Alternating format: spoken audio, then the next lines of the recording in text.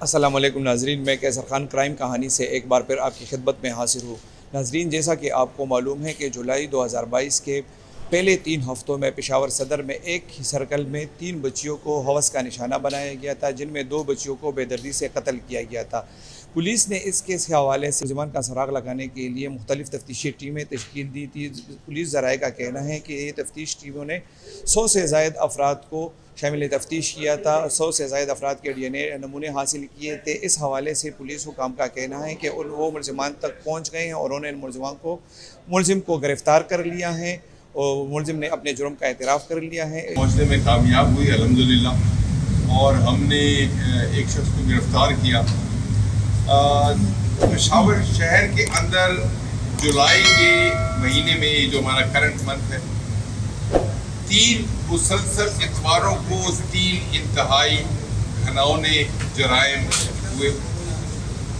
3 کم عمر معصوم بچیوں کو وحشت کا اور بربریت کا نشانہ بنایا گیا۔ ان میں سے 2 بچیاں جو ہیں وہ اپنے خالق حقیقی کے پاس چلی گئی، ایک بچی الحمدللہ حیات ہے۔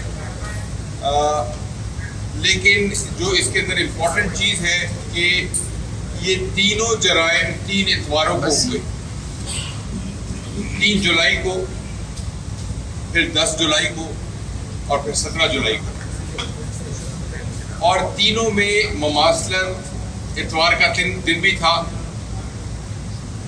وحشت اور بربریت بھی تھی۔ پشاور میں 3 بچیوں کے ساتھ زیادتی اور 2 بچیوں کو قتل کرنے والے ملزم نے پولیس اور میڈیا کے سامنے اپنے جرم کا اعتراف کرتے ہوئے بتایا کہ 4 جولائی کو وہ ریلوے کالونی گیا تھا، جہاں اس نے مہنور بچی کو دیکھا اور اسے تیل اور ببل خریدنے کے لیے 20 روپے دیے۔ اس دوران اس نے بچی کو مزید 100 روپے دیے اور اسے ایک درخت کے قریب لے گیا جہاں پہ لوگ موجود نہیں تھے۔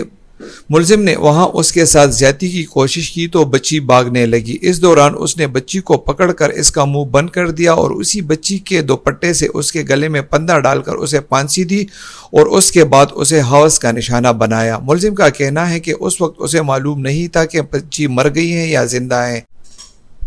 دوسرے واقعے کے بارے میں اس نے بتایا کہ عید کے دن وہ فردوس بازار گیا تھا، وہاں سے وہ رکشے میں پشاور صدر آیا اور پشاور صدر میں حلوہ پوڑی کھانے کے بعد وہ نوتیا میں واقع پلازا گیا، جہاں اس نے ایک بچی کو دیکھا تو وہ اس بچی کو پکڑ کر اس بلڈنگ کے تہخانے میں لے گیا اور وہاں اسے اپنی ہوس کا نشانہ بنایا۔ ملزم کا کہنا ہے کہ اس وقت اس نے بچی کے منہ پہ زور سے ہاتھ رکھا تھا تو اسے یہ شک تھا کہ وہ بچی مر گئی ہے۔ وہ 10 منٹ تک بچی کے ساتھ بیٹھا رہا، لیکن اس کے بعد اس کو یقین آ گیا کہ بچی مر گئی ہے تو اس کے بعد وہ وہاں سے نکل گیا۔ تیسرے واقعے کے بارے میں ملزم سہیل عرف حضرت علی نے پولیس کو بتایا کہ 17 جولائی کو وہ ایک غیر مذہب شخص سے ملنے کے لیے پشاور صدر آیا تھا، جس نے اس سے 6000 روپے لیے تھے۔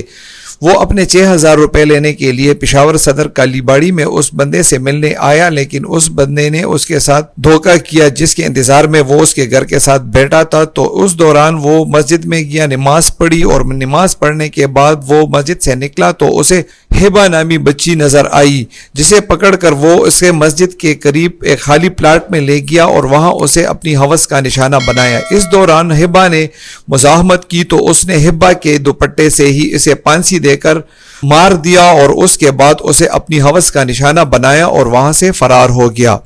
ملزم سہیل نے اپنے بارے میں میڈیا کو بتایا کہ وہ سلم ستارے کا کام کرتا ہے، وہ چھٹی جماعت میں تھا کہ اس کا والد فوت ہوا۔ اس نے مزید بتایا کہ 10 سال کی عمر میں وہ محنت مزدوری کے لیے راولپنڈی گیا تھا، وہاں ایک وکیل نے اسے ہوس کا نشانہ بنایا تھا۔ اس کے بعد اس نے بھی بچوں اور بچیوں کو ہوس کا نشانہ بنانا شروع کر دیا۔ ملزم سہیل کا کہنا تھا کہ 16 سال پہلے اس کے والد فوت ہو چکے ہیں۔ عید سے قبل اس نے اپنی والدہ کو بھی پھانسی دینے کی کوشش کی تھی، اس لیے کہ اس کی والدہ اس کی شادی نہیں کر رہی تھی۔